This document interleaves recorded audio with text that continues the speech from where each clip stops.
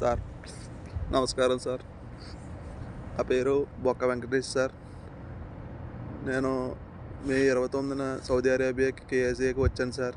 నన్ను ఏజెంట్ నన్ను మోసం చేశాడు సార్. 1,20,000 1,10,000 తీసుకుని సార్ నన్ను డ్రైవింగ్ వీజా అని చెప్పి నన్ను కేఎస్ఏలోని ఎడారి ప్లేస్ సౌదీ అరేబియాలో పంపేసి ఎడారిలో చిత్రహింసలు చేశారు సార్.